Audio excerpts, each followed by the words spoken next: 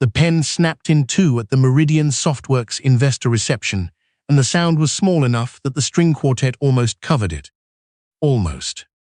Vashti Keel, 28, luxury brand consultant and Tobias Cass's mistress, had picked up the old Pelican from the side table with the same absent curiosity she gave to objects she considered beneath her: a hotel soap, a cracked paperback, an antique that had stopped pretending to be valuable. She turned it once in her fingers, noted its age with a small twist of her lips, and then bent it backward with one clean motion, the way you might crack a glow stick at a summer party. The barrel gave, the ink reservoir cracked, dark ink spread across her palm, and she looked down at it with mild annoyance.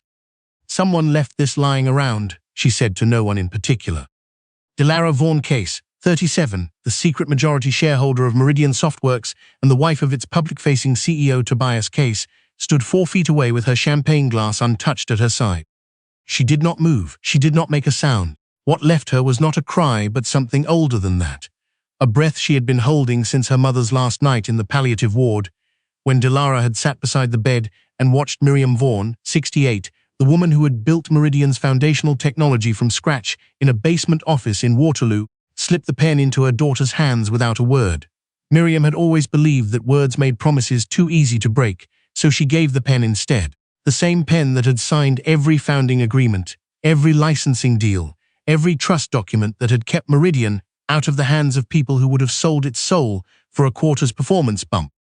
The pen that Vashti Keel had just snapped in two at a hotel reception in downtown Toronto.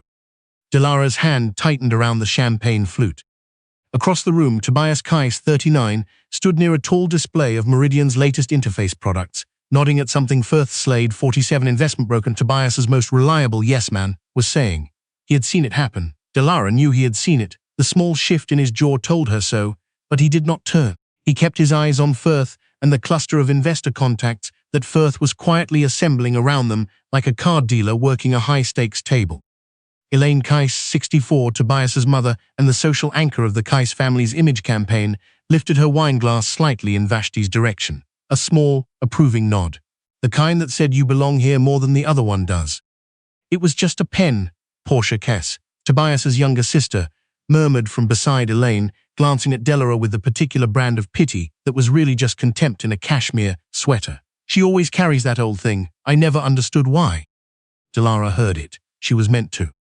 She set the champagne glass down on the nearest surface and crossed the room to where the broken pieces lay on the side table, ink still spreading across the white cloth in a slow, dark stain. She picked up both halves. She looked at them in her palm. The fracture was clean through the barrel, through the filling mechanism, through the narrow engraving. Her mother had pressed into the lacquer with the pin the year the company filed its first patent.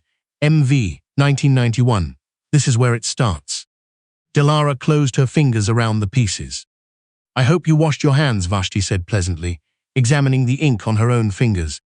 The ink doesn't come out easily, Delara said. Her voice was even. But you'll figure that out.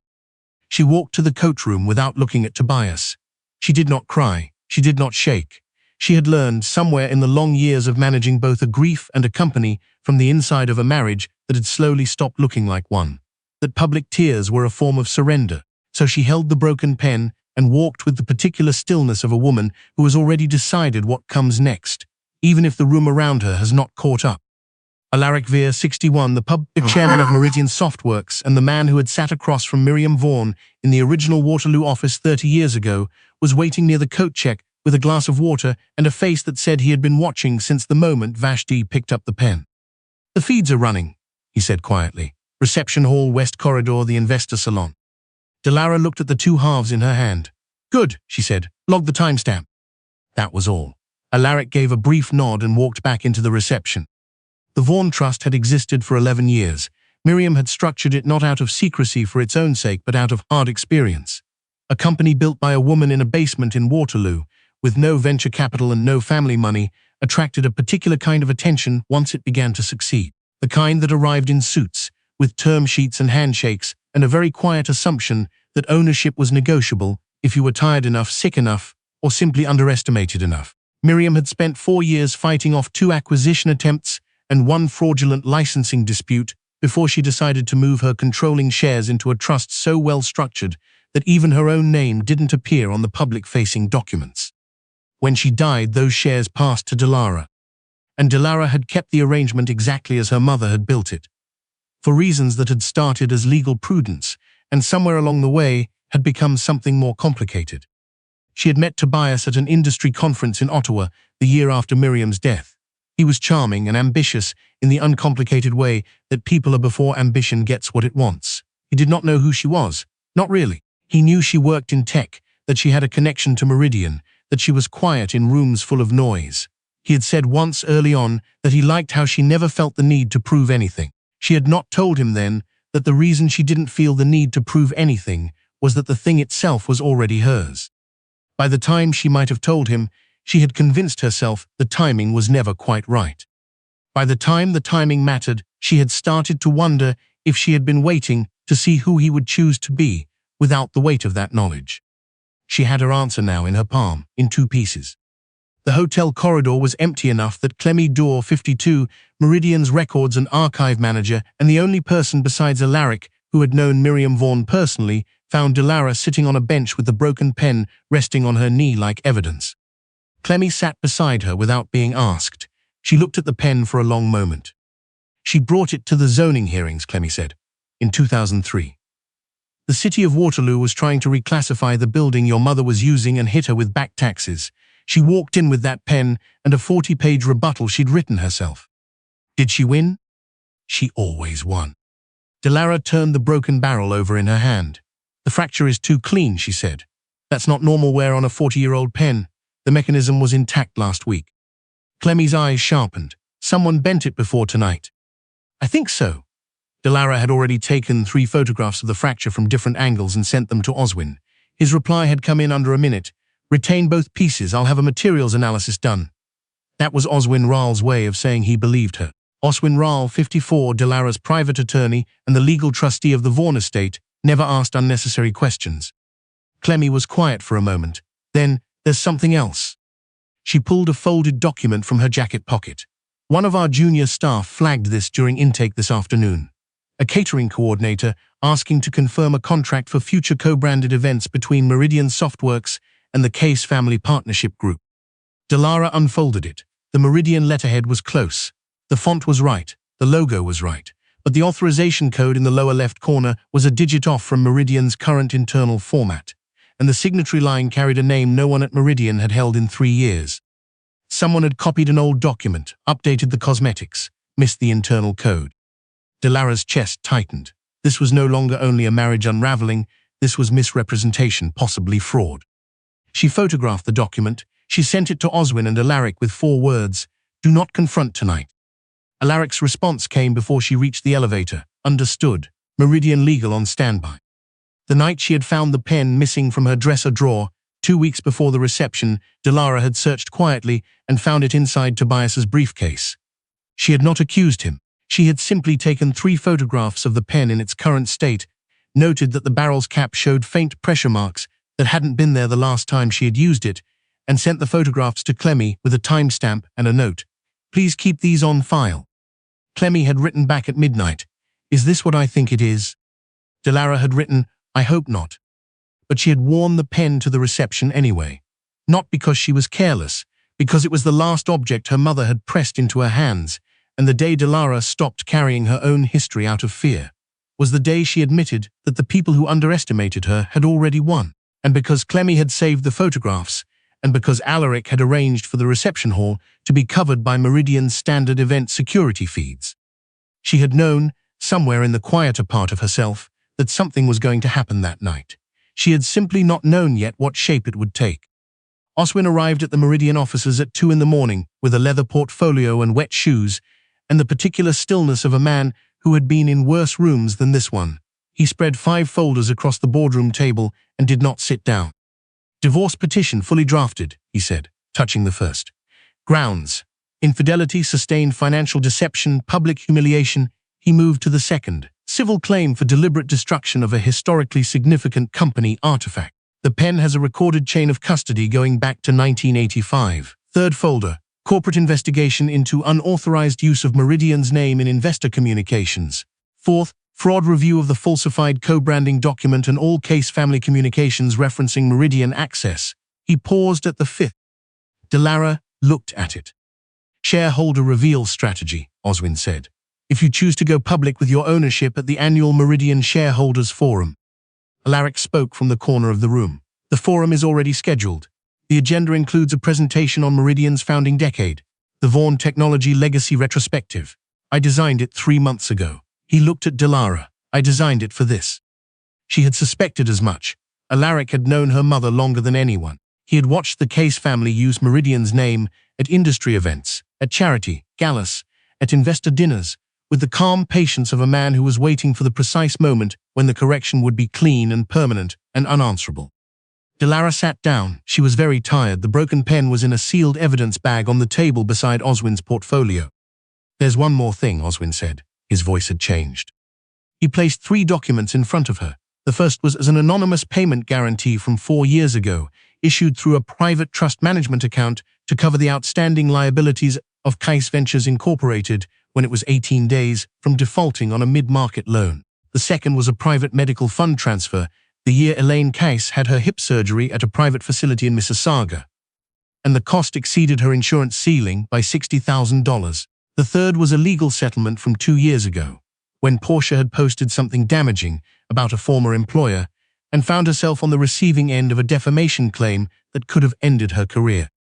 All 3 had been paid through the Vaughan Trust.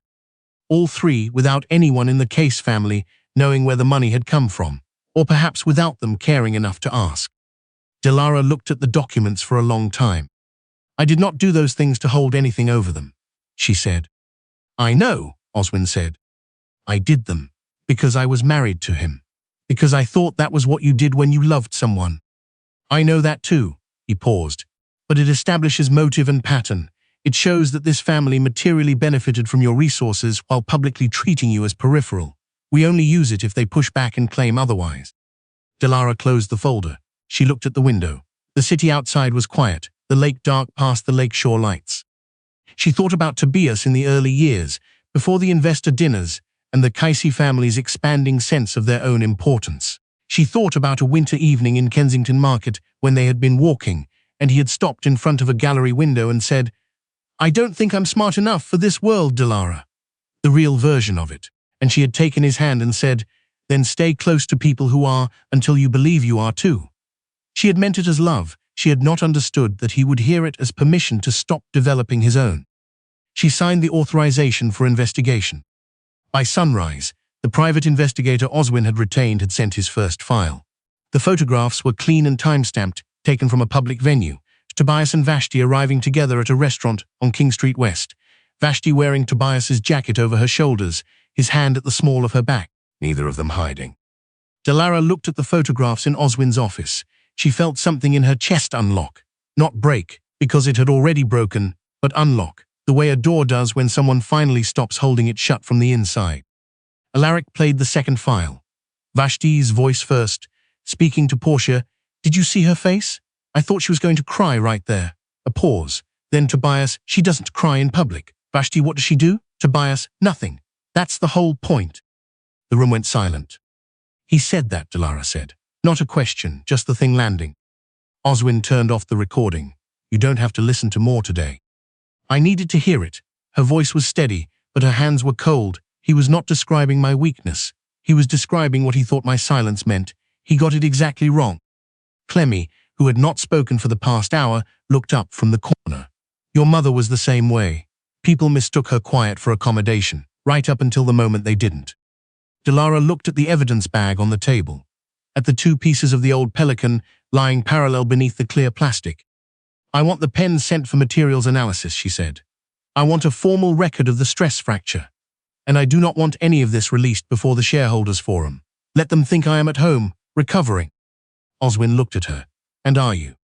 She thought about that honestly. I'm letting something finish dying, she said.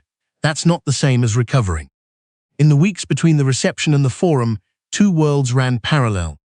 In one world, Tobias told people Dilara was taking some time. He said it with a gentle, concerned expression that made him seem like a patient man managing a fragile situation. Elaine told her donor circles that Dilara had never been well suited to high-pressure environments. Portia posted a photograph from an industry dinner, Tobias on one side, Vashti on the other, captioned simply, the team you want in your corner. Firth circulated an updated investor brief describing Caius Ventures as holding a strategic relationship with Meridian Softworks that positioned the firm for significant near-term opportunity. In the other world, Delara arrived at Meridian before 7 every morning. She reviewed materials with Oswin.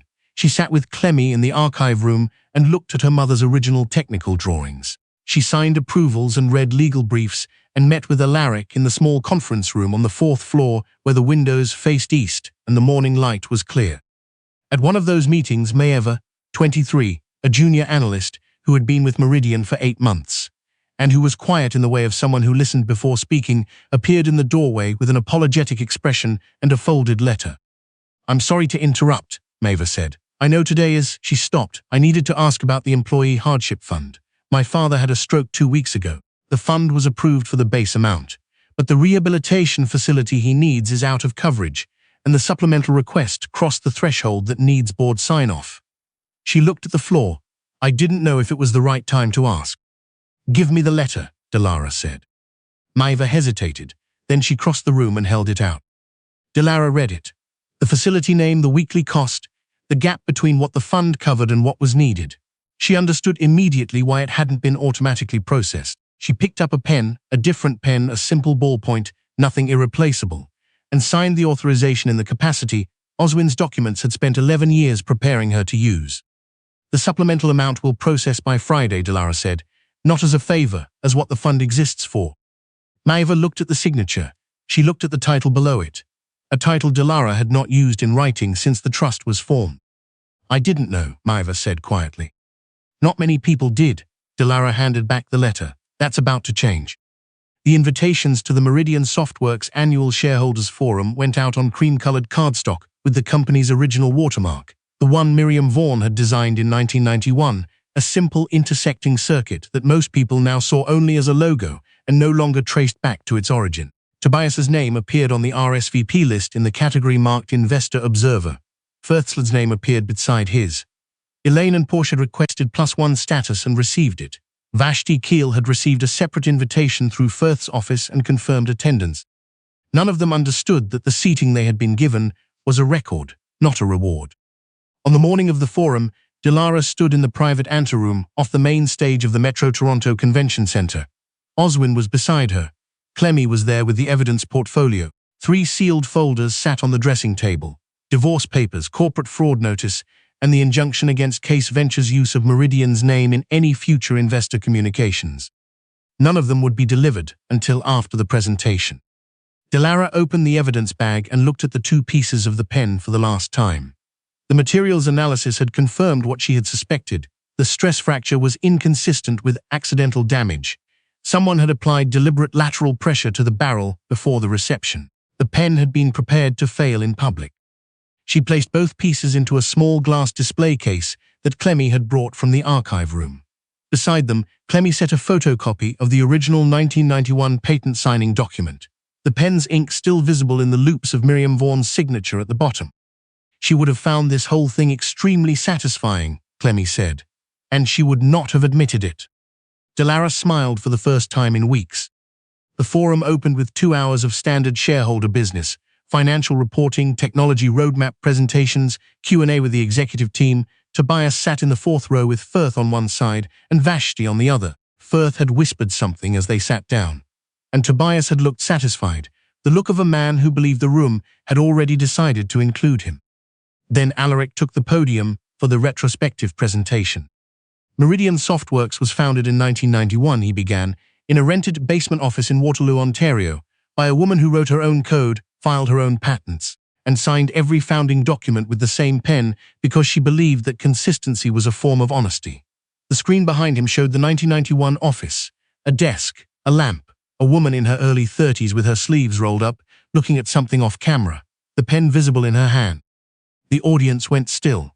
Even people who had been half attending sat up slightly. "The company you are shareholders of today exists because of a decision made 11 years ago," Alaric continued. "At the time of the founder's death, controlling interest in Meridian Softworks passed to her daughter and sole heir through a private trust structure designed to protect the company's independence. That trust has held the controlling shares of this company continuously since that time." He paused. and the trustee has decided that today, with this room as her witness, it is time to put her name on the record. The stage door opened. Delara walked out. She wore a dark blazer, no jewelry. At her lapel she had pinned one small thing, the glass case no larger than a watch face, containing the two halves of the broken pen. The room shifted, the kind of shift that happens when something true enters a space that has been holding its breath. On the screen behind her, text appeared: Delara Vaughan Kess, majority shareholder and controlling trustee, Vaughan Trust, Meridian Softworks. In the fourth row, Tobias's face went very still. Firth stopped moving. Vashti looked from the screen to Delara and back again, and for the first time that evening, she seemed to understand that she had not been reading the room correctly.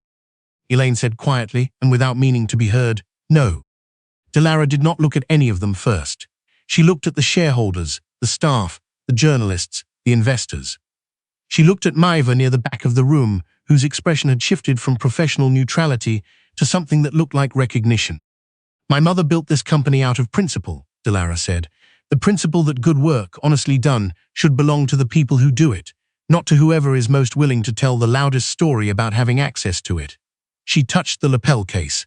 "Last month this pen was broken. It was broken publicly by someone who assumed it had no value because they did not know what it had signed. That assumption was part of a larger pattern that this company's legal team will be addressing today, formally and on the record." Oswin stepped to a second podium at the side of the stage. His voice was even and professional and left no room for interpretation. "Meridian Softworks has not authorized any partnership, investment mandate, co-branding arrangement, or exclusive access agreement with Kais Ventures Incorporated or any affiliated party.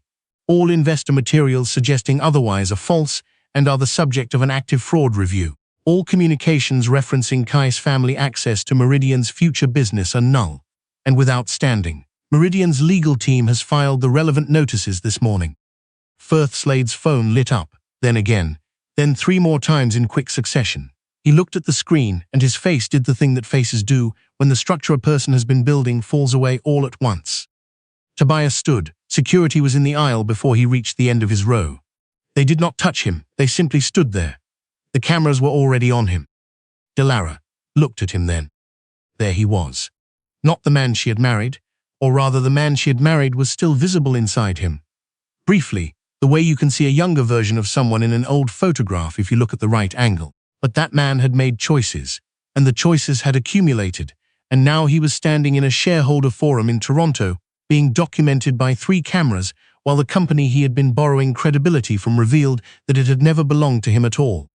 "I did not tell you," she said from the podium, and the room was quiet enough that her voice carried all the way to the back. "Not because I wanted to deceive you, because I wanted to know who you were without it. I found out." He did not answer. Vashti sat back down. Portia had gone pale. Elaine held her program with both hands and stared at a fixed point on the floor. Alaric returned to the podium for the final item on the agenda. "In honor of Miriam Vaughan, whose pen this was," he said, "and in recognition of the many women whose work goes unattributed and unacknowledged, the Vaughan Meridian Foundation is formally announcing its inaugural grant program for women-led technical founders in Canada. Applications open today. The first round of grants will be funded from a donation made this morning by the Vaughan Trust." A paddle went up in the audience, then another. Then the applause began, and it did not stop quickly. Delara stood at the podium and did not allow herself to feel triumphant. That was important to her. She had not built toward this moment out of anger. She had built toward it out of the same stubborn, quiet conviction her mother had carried into that zoning hearing in 2003. That the truth, properly prepared and correctly witnessed, was its own argument. You did not need to make it louder. You only needed to make it undeniable. Later, in the corridor outside the main hall, Tobias found her before security could intercept him. She let him. There were cameras in the corridor, and she had made her peace with being seen. "You should have told me," he said, the sentence she had been expecting, the one that made his failing hers. "I showed you who I was every day," she said. "You decided that person wasn't worth understanding." He looked at the lapel case, at the broken pen inside it. Something moved across his face. Not remorse quite, but the beginning of understanding that remorse would come for him eventually, in private, when there was no image left to manage. "We could still." "No," she said it without heat. "You stopped trying before I did. That's the distance between us now. It's too far." Oswin appeared at the end of the corridor with the process server. Tobias looked at the envelope and did not move. The server placed it into his hand with the formal words, and Tobias stood in the corridor of the Metro Toronto Convention Centre with a legal envelope in one hand, and Meridian Softworks visible through the glass doors behind him, and he finally understood that Dilara's silence had never been the absence of a response. It had been the preparation for one. She walked back toward the main hall without looking back. 3 weeks later, Maeva found Dilara in the archive room, standing in front of a photograph of Miriam Vaughan that Clemmy had mounted beside the original patent drawings. The Pelican pen, both halves reassembled but visibly cracked, clearly preserved rather than repaired, sat in a small glass case on the archive shelf below the photograph. "My father started physio this week," Maeva said. "He walked 12 steps on Wednesday." Dilara turned from the photograph. "Good. Tell him 12 is the number to beat." Maeva smiled. She looked at the pen in its case, then at the photograph. "Is it strange, leaving it here instead of carrying it?" Dilara considered that. "It's where it can be seen," she said. "My mother always said the point of a signature is the record, not the pen." She looked at the archive around her, the filing cabinets, the original circuit drawings, the ledgers her mother had kept by hand in the years before the company had grown into something that required entire departments to manage. All of it still here, all of it present, all of it waiting for the next person who needed to understand that something enduring had been built in this place by a woman who hadn't waited for anyone's permission to build it. Dilara touched the edge of the photograph frame once, lightly, and then walked toward the door. They had thought they were breaking a pen. What they had actually broken was the last reason she had for staying quiet.